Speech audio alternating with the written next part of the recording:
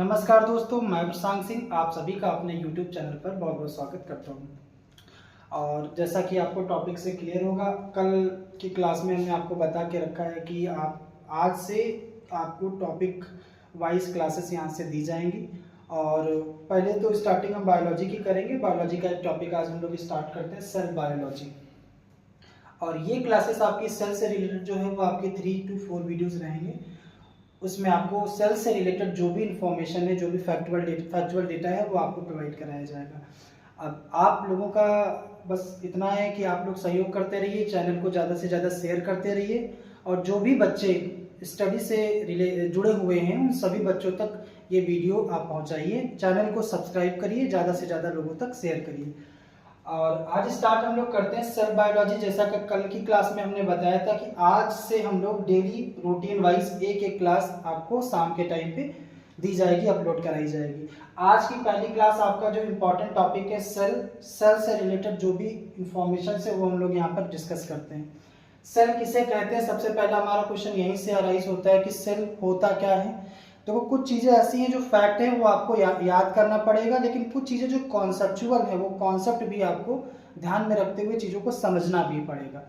सबसे पहले हमें ये ज़रूरत जान पड़ेगी कि हम ये जाने कि क्या होता है सेल।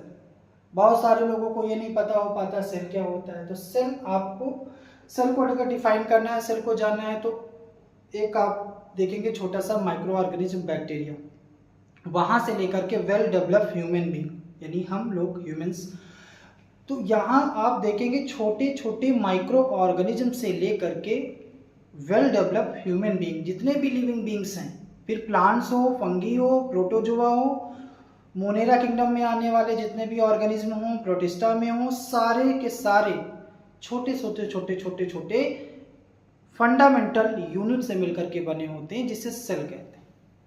तो एक डिफिनेशन यहाँ से क्लियर होती है कि cell is the basic structural functional unit of life।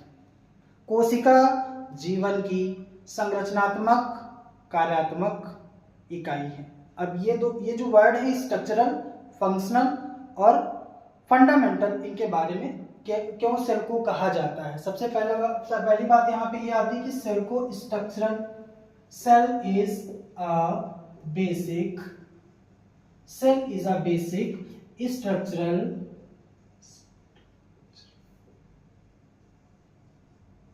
functional and fundamental unit of life।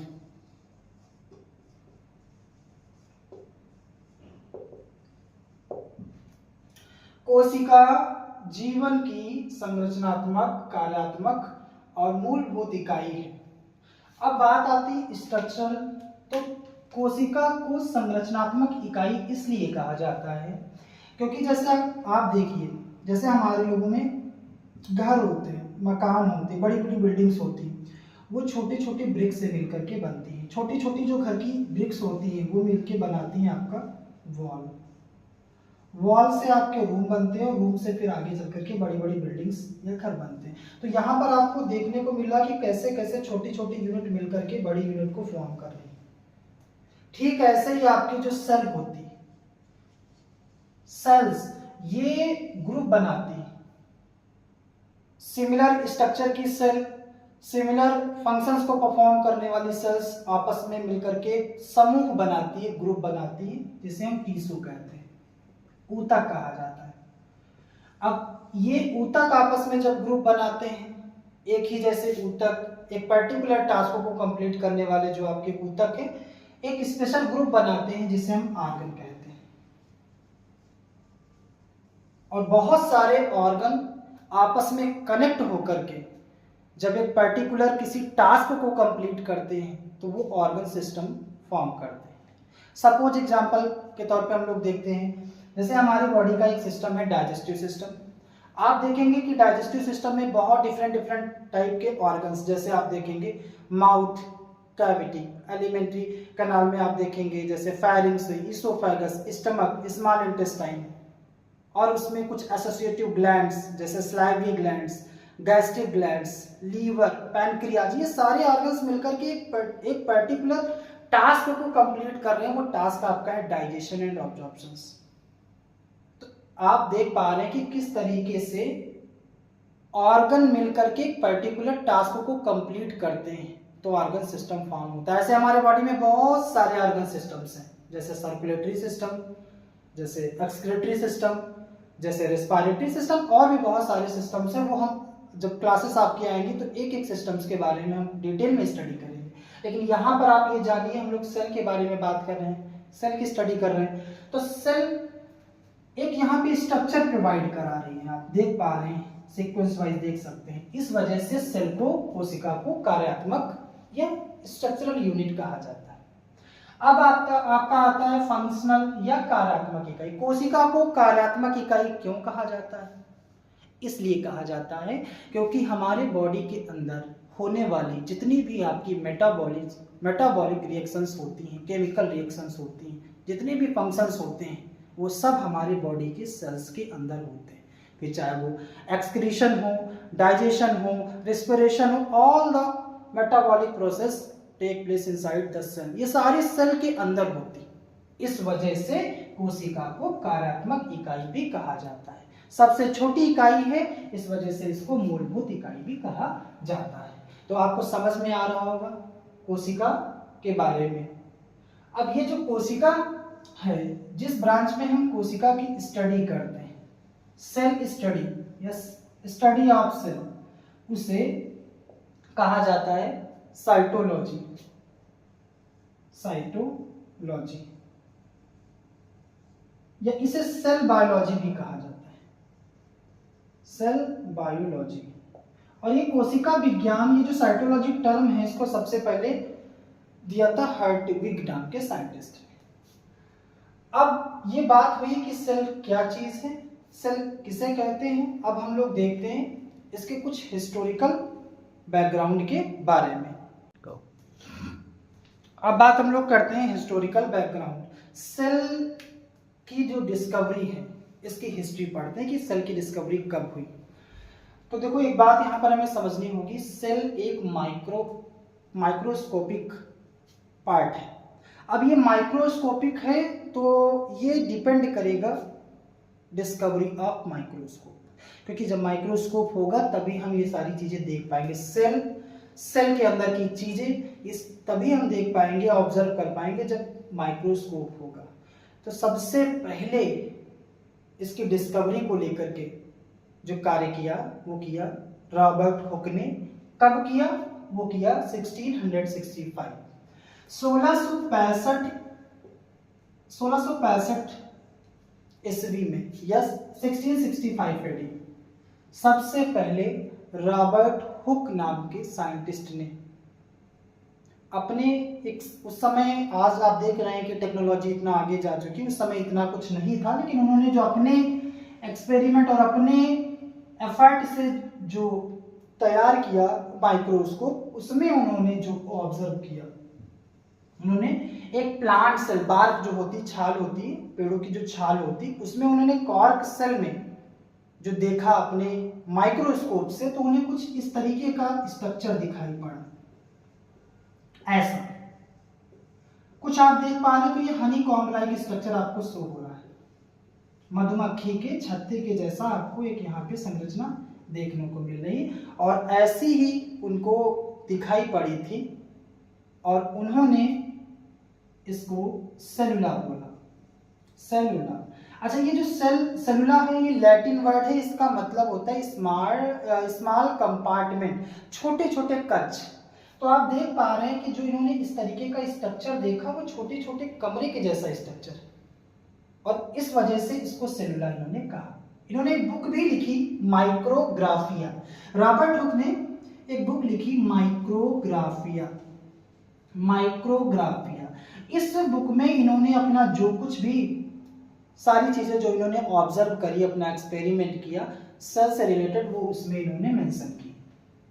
लेकिन उस समय थोड़ा टेक्नोलॉजिकल, आप समझ रहे हैं कि चीजें नहीं थी, तो उन्होंने जो भी किया, ये उनका फर्स्ट टाइम एफर्ट था। इसके पहले कोई साइंटिस्ट ऐसा कुछ नहीं किए थे, इन्होंने पहली बार ऐसा कुछ अच्छा कर, कुछ समय के अनुसार ये बहुत बड़ी एक तरीके से उपलब्धि थी जो इन्होंने करके दिखाया, और इस उपलब्धि की वजह से ही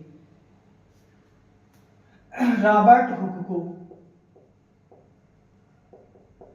father of cytology, father of cytology, कोशिका विज्ञान का जनक कहा गया। साइटोलॉजी का फादर इन्हें कहा गया। अब इनके बाद, अब ये अच्छा, इन्होंने जो डिस्कवरी की, जिस सेल की इन्होंने डिस्कवरी की, वो जो सेल थी वो नॉन लिविंग थी। मृत कोशिका की खोज सर्वप्रथम रॉबर्ट हुक ने की। आपसे एक क्वेश्चन आ सकता है कि कोशिका की खोज किसने की, हु वाज डिस्कवर्ड सेल, तो आपका आंसर होगा रॉबर्ट हुक। कब की? 1665। लेकिन जो इन्होंने खोजी थी वो आपकी मृत सेल थी, डेड सेल थी, मृत कोशिका थी। आगे चल करके 1674 में एक साइंटिस्ट आते हैं, Antony von Leeuwenhoek.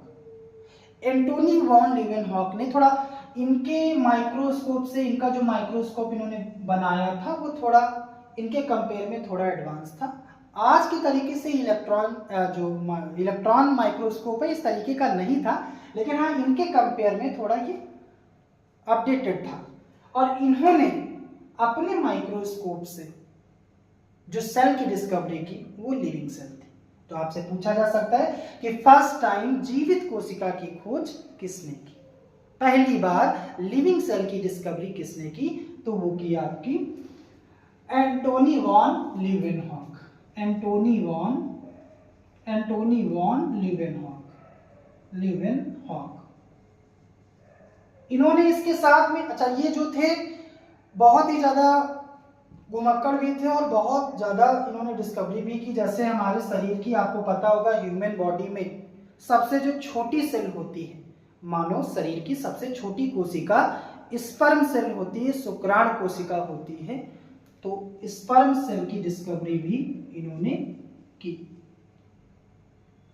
Antony Leeuwenhoek साहब ने। फिर इन्होंने क्या किया, प्रोटोजोआ जो कि यूनिसेलुलर ऑर्गेनिज्म होता है, एक कोश की जीव होता है, उसकी भी डिस्कवरी इन्होंने की। और इन्होंने एक और डिस्कवरी की, कुछ और आपके माइक्रो ऑर्गेनिज्म की डिस्कवरी की।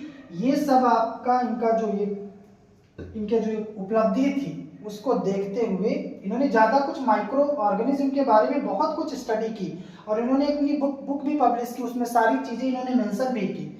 इनके इस योगदान की वजह से एंटोनी वॉन लीवेनहॉक को फादर ऑफ माइक्रोबायोलॉजी भी कहा जाता है। तो ये बात हुई आपके एंटोनी वॉन लीवेनहॉक की। अब आगे क्या होता है इसके कि सेल थियरी प्रपोज की जाती है, जिसे कोशावाद कहा जाता है। सबसे पहली बार जो कोशिका सिद्धांत प्रस्तुत किया गया वो 1839 में किया गया। और ये जो कोशिका सिद्धांत है, ये जो कोशावाद है, सेल थियरी, इसको दो साइंटिस्ट ने मिल करके इसको प्रपोज किया, प्रतिपादित किया। एक आपके हैं जर्मन बॉटनिस्ट, जर्मनी के एक बॉटनिस्ट हैं, और दूसरे हैं आपके ब्रिटेन के जूलॉजिस्ट, एक पादप वैज्ञानिक हैं और एक आपके जंतु वैज्ञानिक हैं। दोनों ने मिल करके इन्होंने 1839, जो मैथियस स्लाइडेन थे जो कि जर्मन बॉटनिस्ट थे, उन्होंने 1839 में अपनी स्टडी करी, और ब्रिटिश जूलॉजिस्ट थियोडर सॉन ने 1839 में स्टडी की। दोनों लोगों ने मिलकर के संयुक्त रूप से 1839 में सेल थियरी प्रपोज की, कोशावाद प्रतिपादित किया। इस थियरी के अकॉर्डिंग, इस कोशावाद के अनुसार दो बातें इन्होंने बताई। वो क्या है कि जितने भी लिविंग बींग्स हैं, जितने भी जीवधारी हैं, छोटे से छोटे जिनको आप देख नहीं सकते, जैसे कि सूक्ष्म जीव, जैसे कि बैक्टीरिया, प्रोटोजोअन, यहां से लेकर के जैसे आपके वेल डेवलप्ड ह्यूमन बीइंग या एनिमल्स या आपका प्लांट्स, ये सब आपके छोटी छोटी सेल से मिलकर के बने होते हैं। एक बात ये बताइए, दूसरी बात इन्होंने जो बताई वो ये बताई कि जो आपकी सेल्स होती हैं वो उनका जो फॉर्मेशन होता है वो उसी में मल्टीपल डिवीजन होकर के होता है। लेकिन एक बात इन लोगों से एक बात ये पूछी गई है, जो न्यू सेल्स होती हैं या जो न्यू सेल फॉर्म होती है, नई कोशिकाएं जो बनती हैं वो कैसे बनती हैं। अर्थात इसका मतलब ये हुआ कि इनसे पूछा गया कि नई कोशिकाओं का जन्म कैसे होता है, तो इनको बताना चाहिए था कोशिका विभाजन, लेकिन ये बता नहीं पाए थे या इसके बारे में किसी भी तरीके का एक्सप्लेनेशन नहीं दे पाए थे, कुछ भी एक्सप्लेन नहीं कर पाए थे। ये इनकी थियरी का ड्रॉबैक माना जाता है।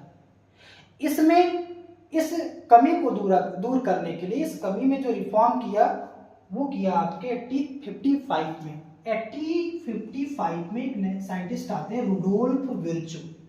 रुडोल्फ विर्चो ने इनकी कमी को या इनके ड्रॉबैक को दूर किया। रुडोल्फ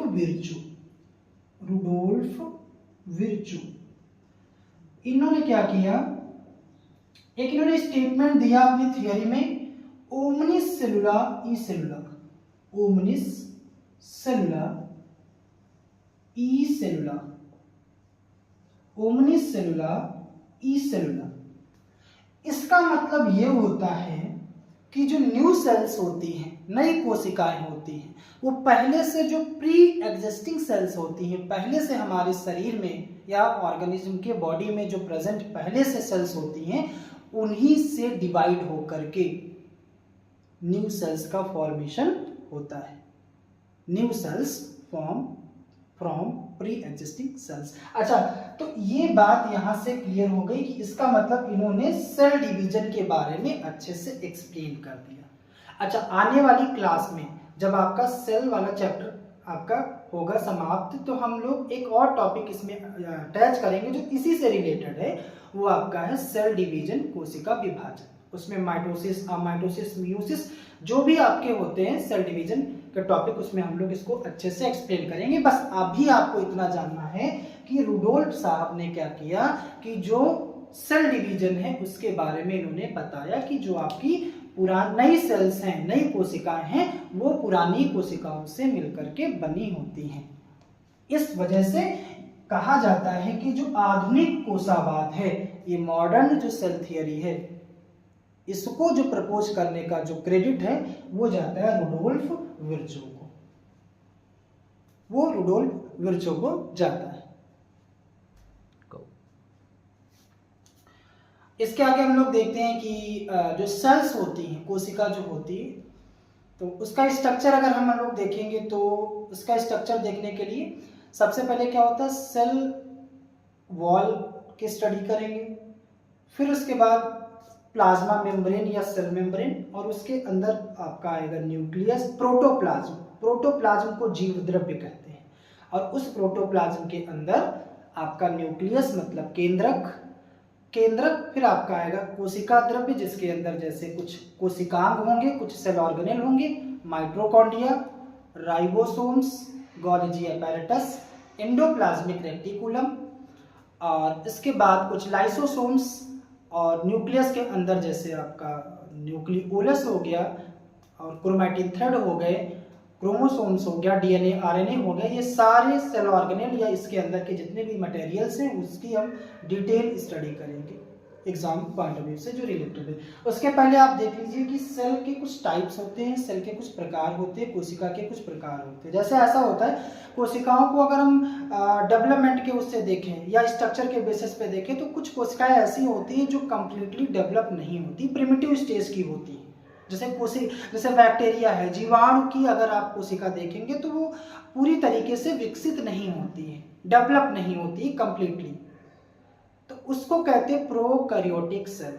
और जो सेल कंप्लीटली डेवलप होती, कंप्लीटली डेवलप का मतलब ये हो गया कि जैसे उस कोशिका के अंदर जितने भी सेल ऑर्गेनेल हैं, कोशिकांग हैं, वो पूरी तरीके से विकसित हैं और वो कोशिका पूरी तरीके से हर एक फंक्शंस को परफॉर्म कर पा रही है, उसको कहा जाता है यूकैरियोटिक सेल। इसका मतलब आपकी कोशिका दो प्रकार की होती हैं, डेवलपमेंट या विकास के बेसिस पे, डेवलपमेंट के बेसिस पे एक हमारा होता है प्रोकैरियोटिक, प्रोकैरियोटिक प्रोकैरियोटिक सेल्स, और सेकंड आपकी होती है यूकैरियोटिक सेल, यूकैरियोटिक सेल्स। अच्छा देख लीजिए, ऐसा होता है ये जो प्रोकैरियोटिक जो वर्ड है, ये प्रोकैरियोटिक वर्ड जो है वो दो वर्ड से मिलकर के बना है,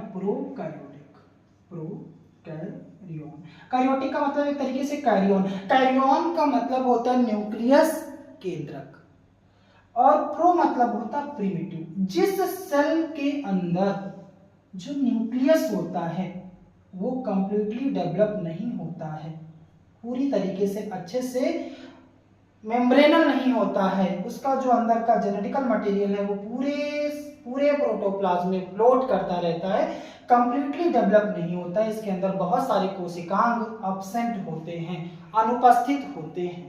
जैसे आप देखेंगे इसमें तो गोल्गी अपैरेटस, गोल्गी काय और माइटोकॉन्ड्रिया, ये सेल ऑर्गेनेल एब्सेंट होते हैं, अनुपस्थित होते हैं। और इसमें जैसे आप देखेंगे कि सर कौन कौन से ऐसे ऑर्गेनिज्म होते हैं जो प्रोकैरियोटिक सेल जिसमें होती है, ऐसे कौन कौन से ऑर्गेनिज्म होते हैं, ऐसे कौन कौन से जीवधारी होते हैं जो प्रोकैरियोटिक कोशिकाओं से मिलकर के बने होते हैं।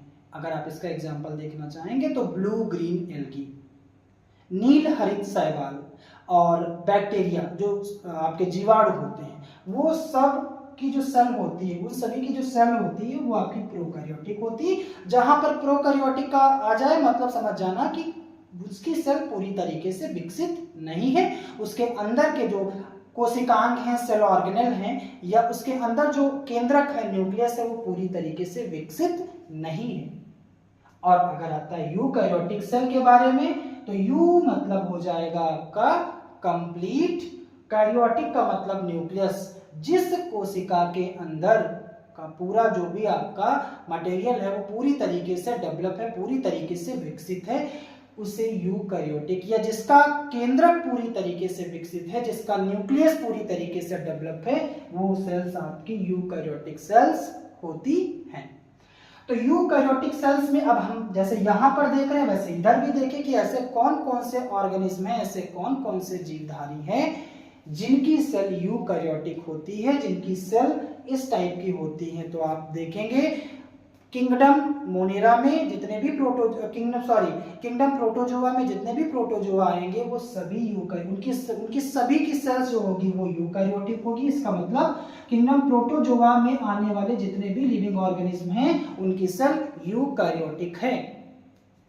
किंगडम प्रोटोजोआ के बाद में किंगडम फंगी आता है, कवक जगत आता है, और उसमें भी आपके जितने भी आपके जीवधारी हैं उन सभी की जो सेल है वो यूकैरियोटिक है, मतलब उन सभी की सेल पूरी तरीके से विकसित है। इसके अंदर सभी प्रकार के जो कोशिकांग हैं वो सब इसके अंदर उपस्थित हैं, या उसके अंदर आप देखेंगे पूरी तरीके से केंद्र के अंदर की चीजें हर सारे पार्ट्स आपके यहाँ पर आपको मिलेंगे। आप किंगडम प्लांटी, पादप जगत में आने वाले जितने भी जीवधारी होते हैं वह सब भी आपके उनकी सबकी भी सेल जो होती है वो भी यूकैरियोटिक होती है। और एनिमल किंगडम जिसमें आप प्रोटिस्टा से लेकर के आपका जो मैमल्स तक की जो पूरी सीरीज होती है उन सब में जो भी आपके लिविंग बींग्स आते हैं उन सभी की सेल्स जो होती है वो यूकैरियोटिक होती है। तो सबसे पहले यहाँ पर क्लियर हो गया कि प्रोकैरियोटिक और यूकैरियोटिक सेल के बीच में अंतर क्या है, डिफरेंस क्या है, उसके उदाहरण क्या हैं, एग्जांपल्स आप देख सकते हैं। और आपके एग्जाम्स में बहुत सारे क्वेश्चंस आ सकते हैं इससे रिलेटेड, कि आपको क्वेश्चन दे दिया जाएगा कि इसमें से कौन सा ऑर्गेनिज्म प्रोकैरियोटिक है, कौन सा यूकैरियोटिक है। जिस ऑर्गेनिज्म की सेल प्रोकैरियोटिक होती है वो ऑर्गेनिज्म प्रोकैरियोटिक होते हैं, जिसकी यूकैरियोटिक सेल्स होती है उनको यूकैरियोटिक ऑर्गेनिज्म बोला जा सकता है। तो उसके आगे का इसके आगे कुछ इंपॉर्टेंट फैक्ट्स हैं जो सेल से रिलेटेड हैं, और इससे रिलेटेड क्वेश्चंस आपके आ सकते हैं कि पूरा यूनिवर्स में देखें सबसे बड़ी सेल कौन सी होती है, लार्जेस्ट सेल, तो वो होती है ऑस्ट्रिच का अंडा। ऑस्ट्रिच शुतुरमुर्ग जो होता है उसका अंडा सबसे बड़ी सेल होती है, सबसे बड़ी कोशिका होती है। उसका साइज आपका ये देख सकते हैं 132, वेरी करेगा 130 to 170 मिलीमीटर तक। और ऑस्टिच, अच्छा एक बात और याद रखना, एक जो होता है अंडा वो एक कोशिका होता है, उसमें टिश्यू या ऊतक का कोई लेवल नहीं मिलता है, वो एक सेलुलर स्ट्रक्चर होता है। फिर हमारा आता है स्मॉलेस्ट सेल। तो ये सबसे छोटी जो सेल होती है, सबसे छोटी कोशिका, वो है माइकोप्लाज्मा गैलीसेप्टिकम। इसे पीपी येलो भी कहा जाता है। PP yellow stand for pleuropneumonia like structure, ऐसा होता है, इस वजह से इसको माइकोप्लाज्मा गैलीसेप्टिकम कहते हैं। और इसका जो साइज होता है वो 0.3 माइक्रोमीटर होता है और सबसे छोटी सेल होती है, इससे छोटी सेल कोई नहीं होती। अगर आप ह्यूमन बॉडी, हम मानव शरीर के बारे में आ जाएं, तो मानव शरीर की सबसे लंबी जो कोशिका होती है, longest cell of human body, ये होती है आपकी नर्व सेल होती है। ये भी वैरी करेगी 0.1 मिलीमीटर से आपके 1 मीटर तक होती है। बाकी आपका जब नर्वस सिस्टम आएगा तो नर्व सेल का एक स्ट्रक्चर आपको पढ़ाया जाएगा, या नर्व सेल से रिलेटेड बहुत सारे फैक्ट्स होंगे, वो आपको वहां पर भी बताएंगे। बट यहाँ पर आपका एक थोड़ा रेफरेंस बन रहा था, तो यहाँ पर ये चीजें ऐड कर दी गई। नर्व सेल आपका जो नर्वस सिस्टम, आपको एक पूरा सिस्टम 2-3 लेक्चर में आपकी जो क्लास होगी उसमें इससे रिलेटेड बहुत फैक्ट होंगे, तो उसमें ये सारी चीजें डिटेल में बताई जाएंगी। फिर हमारा आता है largest cell of human being. Largest cell हमारे शरीर की, ह्यूमन बॉडी की, मानव शरीर की सबसे बड़ी कोशिका क्या होती, तो वो ओवम होती। ओवम सेल क्या होती है बच्चा? ओवम सेल का मतलब होता है अंडाणु कोशिका। अंडाणु कोशिका क्या होती, तो आप लोगों को पता है ह्यूमन बीइंग के अंदर जो फीमेल बॉडी होती है, उनकी ओवरी के अंदर एक सेक्स सेल प्रोड्यूस होती है, जिसे अंडाणु कोशिका या ओवम सेल कहा जाता है। आगे चल करके जो निषेचन होता है, फर्टिलाइजेशन होता है, जैसे आपकी मेल बॉडी से शुक्राणु कोशिका आती है, स्पर्म सेल आती है, ऐसे ही ये आपकी जो ओवरी में ओवम सेल प्रोड्यूस होती है, वो दोनों आगे चल करके उसको फर्टिलाइज करके आगे चलकर इसी से डेवलपमेंट होकर के एक ऑर्गेनिज्म का डेवलपमेंट होता है। तो वो चीज़ें अलग हैं। जब रिप्रोडक्टिव सिस्टम आपको पढ़ाया जाएगा तो उसमें ये सारी चीज़ें डिटेल से पढ़ाई जाएंगी। ओवम हो, स्पर्म हो, से फॉर्मेशन से रिलेटेड जो भी इंफॉर्मेशन होगी वो सारी उस क्लास में दी जाएंगी। इस क्लास में हमें इतना जानना है, क्योंकि ये सेल की क्लास है, सेल से रिलेटेड जो फैक्ट है वो आप जान लीजिए कि सेल, हमारे बॉडी की सबसे बड़ी सेल क्या है, सबसे छोटी सेल क्या है। तो हमारे बॉडी की सबसे छोटी जो सेल होती है वो शुक्राणु होती है, वो हमारी स्पर्म सेल होती है।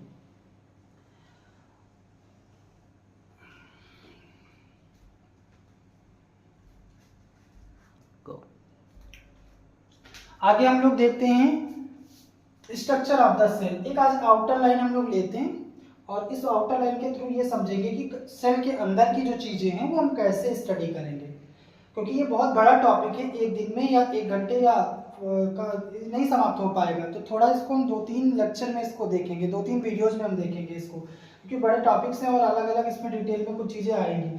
तो अगर आप देखना चाहते हैं स्ट्रक्चर ऑफ सेल्स, तो इसमें क्या है, सेल का स्ट्रक्चर देखना, तो सबसे पहला जो पार्ट हमारा आएगा वो सेल वॉल आएगा, कोशिका भित्ति आएगी। ये आउटर एक लेयर होती है, नॉन लिविंग पार्ट होता है सेल का, और सभी जो एनिमल सेल होती है उसमें ये एब्सेंट होता है, प्लांट सेल में, फंगल सेल में और बैक्टीरियल सेल में ये प्रेजेंट होता है। तो इसके बारे में डिटेल से स्टडी अगली की क्लास में होगी। केवल आपको आउटर लाइन यहाँ पर देखना है कि कैसे आपका जो स्ट्रक्चर है वो आपको बताया जा रहा है और कैसे ये क्लासेस किस किस तरीके से इसको आपको दी जाएगी, प्रोवाइड कराई जाएगी। तो आप एक स्ट्रक्चर भी यहाँ पर एक मेंशन किया गया आपके लिए कि ये जो लेयर होती है सेल की, आउटर लेयर होती है, बाहरी ये झिल्ली होती है जिसे सेल वॉल या कोशिका भित्ति कहा जाता है। और दूसरी ये एनिमल सेल में एब्सेंट होती है, प्लांट सेल में प्रेजेंट होती है, बैक्टीरियल सेल में भी प्रेजेंट होती है, फंगल सेल में भी प्रेजेंट होती है। और जो एनिमल सेल होता है उसमें एब्सेंट होती है। प्लांट सेल में ये बनी होती है सेलुलोज की। फंगल सेल वाल जो होती है, फंगल सेल वाल वो बनी होती है काइटिन की। जो बैक्टीरियल होती है वो आपकी बनी होती है पेप्टिडोग्लाइकेन की। ये आप देखेंगे इसमें कुछ सेल ऑर्गेनेल है, तो आप देखेंगे कि जो आपके ये सेल मेम्ब्रेन है और आपका ये जो न्यूक्लियस है, इसके अंदर, या आप ऐसे पहले देखें कि ये जो आपका न्यूक्लियर मेम्ब्रेन है, इसके अंदर पूरा ये जो लिक्विड भरा है, इसे आप कहते हैं प्रोटोप्लाज्म। जीव द्रव्य कहा जाता है, ये जीवन की सबसे मूलभूत इकाई होती है। आगे फिर उसके बाद में इसके अंदर, जीव द्रव्य के अंदर, प्रोटोप्लाज्म के अंदर जो न्यूक्लियस होता है, अब इसका हम एक अलग चार्ट बनाएंगे प्लांट सेल और एनिमल सेल में जब डिफरेंस बताएंगे तब उसमें प्लांट सेल जो होता है उसमें वैक्यूल जो होता है एब्सेंट होता है या बहुत छोटा होने की वजह से जो केंद्रक होता है, जो न्यूक्लियस होता है वो सेंटर पर होता है। लेकिन यहाँ पर ये जो आपको सेल दिख रही है ये प्लांट सेल दिख रही है। तो आप ये जो न्यूक्लियस होता है, इस न्यूक्लियस मतलब केंद्रक और प्लाज्मा मेम्ब्रेन के बीच का जो लिक्विड होता है वो आपका होता है आपका साइटोप्लाज्म होता है, कोशिका द्रव्य होता है। और इसी साइटोप्लाज्म के अंदर, इसी कोशिका द्रव्य के अंदर कुछ आपके कोशिकांग सेल ऑर्गेनेल प्रेजेंट होते हैं, इसी के अंदर सस्पेंड होते हैं। जैसे आप देखना चाहेंगे माइटोकॉन्ड्रिया, आगे हम इसके बारे में डिटेल में आपका स्ट्रक्चर यहाँ पर आपको दिखाया जाएगा और इसका फंक्शनल और इसकी डिस्कवरी किसने की, क्या इसका काम होता है, ये सब चीजें डिटेल में आपको बताई जाएंगी। बस आपका केवल यहाँ आउटर लाइन आपको जानना है। माइटोकॉन्ड्रिया, वैक्यूल के बारे में आपको बहुत सारी चीजें जानने को मिलेंगी। गोल्गी अपैरेटस के बारे में आपको बहुत सारी इंफॉर्मेशन नेक्स्ट वीडियो में मिलेगी। जैसे आपका गोल्गी अपैरेटस की डिस्कवरी कब हुई, किसने की, इसका काम क्या होता है, ये सारे जो फैक्ट बेस्ड क्वेश्चन हैं वो हम लोग अगली क्लास में देखेंगे। फिर आपका आता है एंडोप्लाज्मिक रेटिकुलम। अब ये एंडोप्लाज्मिक रेटिकुलम जो होता है ये न्यूक्लियस से अटैच होता है। इसके भी दो टाइप होते हैं, SER, RER, soft endoplasmic reticulum, rough endoplasmic reticulum. और इसकी डिस्कवरी किसने की, इसका काम क्या होता है सेल के अंदर, ये जो डिटेल में चीजें हैं वो हम अगली क्लास में देखेंगे। फिर आपका क्या है, प्लास्टिड है। प्लास्टिड केवल प्लांट सेल में प्रेजेंट होता है, इसके भी कई सारे टाइप होते हैं। जैसे आप देखेंगे प्लास्टिड के 3 टाइप होते हैं, क्रोमोप्लास्ट, ल्यूकोप्लास्ट, है ना। ऐसे करके हम लोग अगली क्लास में जब प्लास्टिड का पूरा स्ट्रक्चर आपको दिखाया जाएगा बना करके कि कैसे प्लास्टिड होता है, प्लांट्स में ही ये प्रेजेंट होते हैं, तो उसमें हम प्लास्टिड के बारे में बात करेंगे। राइबोसोम्स, डिस्कवरी किसने की, कब की, और ये कहाँ पे प्रेजेंट होता है, क्या ये आपका जो प्रोकैरियोटिक जो सेल्स होती हैं उसमें क्या प्रेजेंट होता है या एब्सेंट होता है, यूकैरियोटिक में प्रेजेंट होता है। क्योंकि हम लोग जब इसको एक एक सेल ऑर्गेनेल के बारे में जानेंगे अच्छे से तो उसमें बहुत सारी जो चीज़ें छूट रह जाती हैं या बहुत सारी चीज़ें रह जाती हैं वो डिटेल क्लास में आपकी हो जाएंगी। और आप देख सकते हैं लाइसोसोम्स के बारे में। लाइसोसोम्स जो होता है ये एनिमल सेल में ही प्रेजेंट होता है, एनिमल सेल में ही प्रेजेंट होता है। और इसका बेसिक काम क्या होता है कि कभी कभी ये एक तरीके से क्या करता है, सेल्स को न्यूट्रिशन वगैरह भी प्रोवाइड करा देता है। लेकिन कभी कभी एक्सेप्शनल केसेस में हो जाता है कि जब सेल को प्रॉपर तरीके से न्यूट्रिशन नहीं मिल पाता है तो ये अपने ही सेल ऑर्गेनेल को इंगल्फ करने लगता है, उसी को खाने लगता है, जिसकी वजह से सेल डिस्ट्रॉय हो जाती है और इसको बोल दिया जाता है suicidal bag of the cell, यानी कि ये आत्महत्या या आत्मघाती थैली भी इसको कहा जाता है। लेकिन ये चीजें हम इसको अगली क्लास में पढ़ेंगे जब लाइसोसोम का स्ट्रक्चर आपको दिखाएंगे और इसकी डिस्कवरी, फंक्शन, इससे रिलेटेड जब बात होगी तब हम इसके बारे में डिटेल में जानेंगे। फिर आपका सेंट्रियोल होता है और फिर हमारा आता है न्यूक्लियस। न्यूक्लियस की डिस्कवरी किसने की, न्यूक्लियस का काम क्या होता है, ये भी हम अगली क्लास में देखेंगे। और फिर इसका स्ट्रक्चर आपको बनाया जाएगा न्यूक्लियस का, न्यूक्लियर मेम्ब्रेन क्या होती, न्यूक्लियोलस क्या होता है, केंद्रक के अंदर भी एक छोटा सा केंद्रिका होती है और उसमें क्रोमैटिन थ्रेड क्या होते हैं, उसके अंदर डीऑक्सीराइबोज शुगर या राइबोज शुगर, न्यूक्लिक एसिड जो होता है, आरएनए, डीएनए, इसके टाइप्स, डीएनए के पूरा डिटेल में स्टडी करेंगे। डीएनए कितने टाइप के होते हैं, कहाँ कहाँ पे प्रेजेंट होते हैं, कहाँ कहाँ पे एब्सेंट होते हैं, आरएनए के टाइप क्या होते हैं, आरएनए कहाँ पे बनता है, आरएनए के टाइप्स क्या होते हैं, आरएनए की डिस्कवरी किसने की, ये सारी डिटेल में हम ये अगली क्लास में जानेंगे, पढ़ेंगे जब हमारी कल जो क्लास आएगी। तो यहीं पर आज की क्लास हम यहाँ पे रोकते हैं और बस आपसे ये अनुरोध करते हैं कि चैनल को ज़्यादा से ज़्यादा शेयर करें और जो लोग, जो बच्चे या हमारे जो जिनके घरों में जो बच्चे पढ़ने वाले हैं या जो पढ़ रहे हैं, कॉम्पिटिटिव एग्जाम्स की प्रिपरेशन कर रहे हैं, उन सभी तक ये वीडियो ज़्यादा से ज़्यादा शेयर करिए, लाइक करिए और अपना जो सहयोग है वो बनाए रखिए। Thank you so much.